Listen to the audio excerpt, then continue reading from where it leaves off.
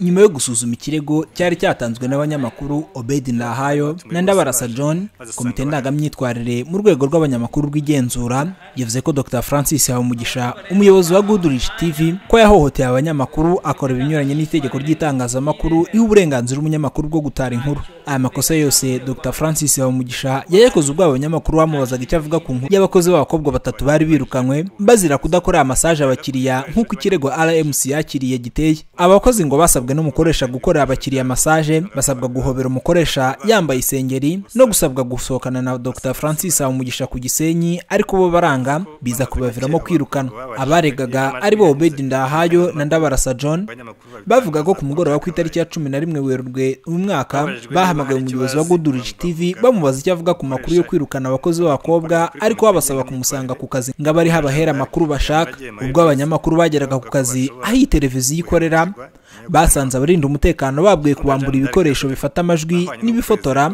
maze nabo babanza kwirwanaho, ari nacyo cyaje gutuma bahohoterwa bamburwa ibikoresho ku ngufu baranakubitwa. Komite yashyizweho n'urwego rw'abanyamakuru rw'igenzura ivuga ko nyuma yo kumva impande zombi ubugira gatatu, gusesengura no kugenzura ikirego yashyikirijwe, yasanze Dr Francis Habumugisha yarakoze ibinyuranyije n'itegeko riha uburenganzira umunyamakuru bwo gutara inkuru uko biteganywa n'itegeko, bityo asabwa gukora ibikurikira mu minsi 15.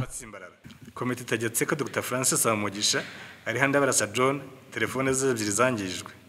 Izi telefone zikazishyurwa Ndabarasa atanze izangijwe agahabwa inshya zazo. Komite itegetse ku bikoresho bya Yahannye, kamera na recorder nabyo byazarehwa, ariko ari uko amaze kugaragaza ibimenyetso by'uko byaburiye kuko muri Goodrich TV, kuko nta bimenyetso bihamye by'uko yinjiye abifite. Kubirebana n'indishyi, komite ndangamyitwarire yemeje ko Dr Francis Habumugisha azishyura indishyi z'akababaro zishingiye ku guhutazwa bakorewe mu kazi kabo mu buryo bukurikira. Ndabarasa John azishyurwa ibihumbi 250 by'amanyarwanda, na Yahannye nawe akishyurwa ibihumbi 250 by'amanyarwanda.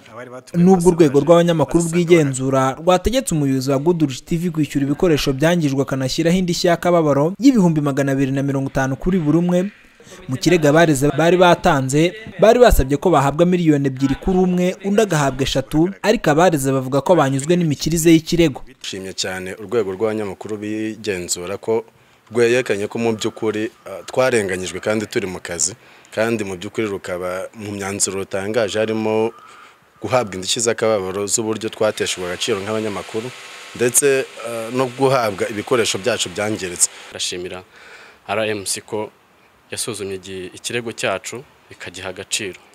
Ikindi kandi nshimira nuko n'urwego RMC yagerageza kugenda ikemurira aba banyamakuru bahohotewe ibibazo babahuye nabyo.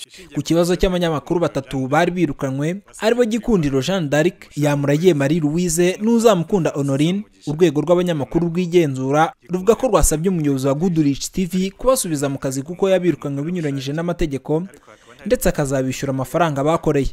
Mu myanzuro urwego rw'abanyamakuru rw'igenzura rwasomye rwavuze ko bamwe mu bakozi birukanywe, babiri muri bo basubiye mu kazi nyuma yo kumvikana n'ubuyobozi, ariko umwe mu bari birukanywe yabwiye Remigo TV ko yiteguye gukomeza kugeza ikibazo cye mu zindi nzego. Giti cyanjye ntago nabivuga kuko twabikorewe turi abakobwa batatu, twese tuzafata umwanzuro hanyuma tujye gukomeza nimba tuzatanga ikirego. Ibyo ngibyo ntago ndabyumvisha neza, ariko ndabyifuza ku giti cyanjye ko byakomeza tukarenganurwa hakurikijwe amategeko asanzwe. Ibyemezo byafashwe bishyirwa mu bikorwa mu gihe kitarenze iminsi 15, ariko uruhande rutanyuzwe rukaba rwemerewe kujurira mu minsi 14 uhereye ku munsi w'itangazwa ry'ibyemezo. Ikirego kirebana n'abanyamakuru bahohoterwa bari mu kazi si ubwa mbere byumvikanye gikemurwa n'urwego rw'abanyamakuru rw'igenzura. Urwego ruvuga ko rushingiye ku itegeko nimero 02/2013 ryo ku itariki 8 z'ukwezi kwa 2 mu 2013 rigenga itangazamakuru mu Rwanda, ari naryo riho urwego rw'abanyamakuru bigenzura ububasha bwo kwakira no gusuzuma ibibazo birebana n'itangazamakuru, cyane cyane mu ngingo ya 2, iya 4 n'iya 15. Akenshi yari ikibazo kirebana n'itangazamakuru gikemuka bitagombye kunyura mu zindi nzego. Innocent Muvunyi, Remigo TV.